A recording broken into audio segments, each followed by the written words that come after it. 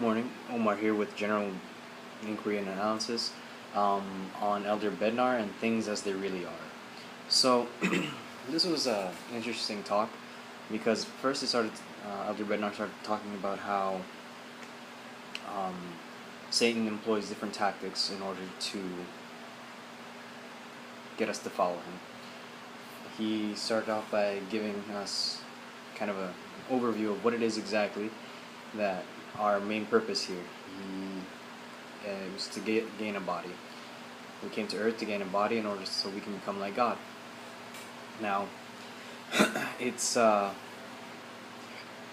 started by talking about that, and then he went on to explaining how it is that having a body puts us in Satan's crosshairs, I guess, because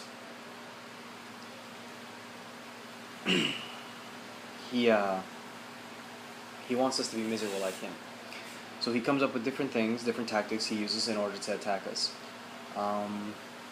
First off, he gets us to do different things. He came up with the usual things like law of chastity, alcohol, tattoos, drug use. All those things are what Satan uses in order to attack us. But then he came up with something else that is completely different. Or not different, but I guess a new way of seeing things is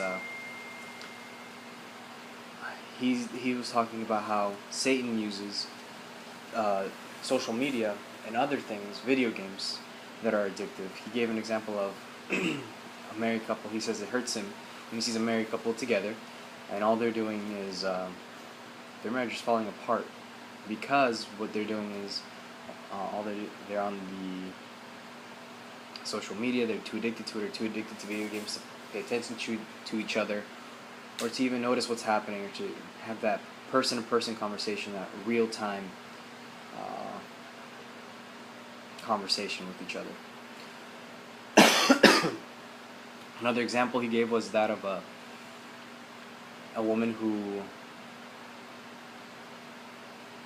was in a relationship through, I guess we said, a cyber relationship, and it was kind of funny how he phrased it, because the way not funny, but I guess ironic, the way the woman said it is that there was no other thing besides the computer. When she logged on and she started talking with her online boyfriend, she had no skin, no bones, no hair, no nothing. It was just her and her boyfriend, and it was all through the computer. And it's kind of sad because I can see how that is a distraction. We become so enveloped in these distractions. It's not something that we do as a pastime anymore. It becomes more of who we are. Because we escape reality to go to these things. I know, for example, in my experience, when I've had a hard day or something's gone wrong in the past, I do a couple things. I either go read a good book, or work out, or go play video games, depending on what I have available and what's going on that day. I either do one of those things. And some people, they seek that as a distraction, but others, it's more of their life. They become so enveloped in it, they let it consume them into this virtual reality, this virtual world, until they have nothing else. That's the only thing. They live, eat, breathe, that's it. So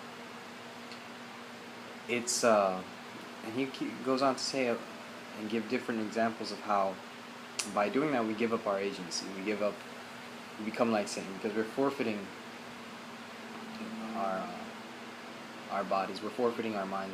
We're giving all that up to Satan, because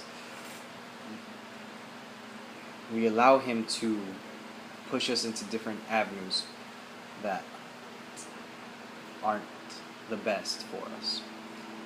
And by allowing him to do so, we ourselves become trapped and it becomes harder for us to get out of things like that. That's all I got.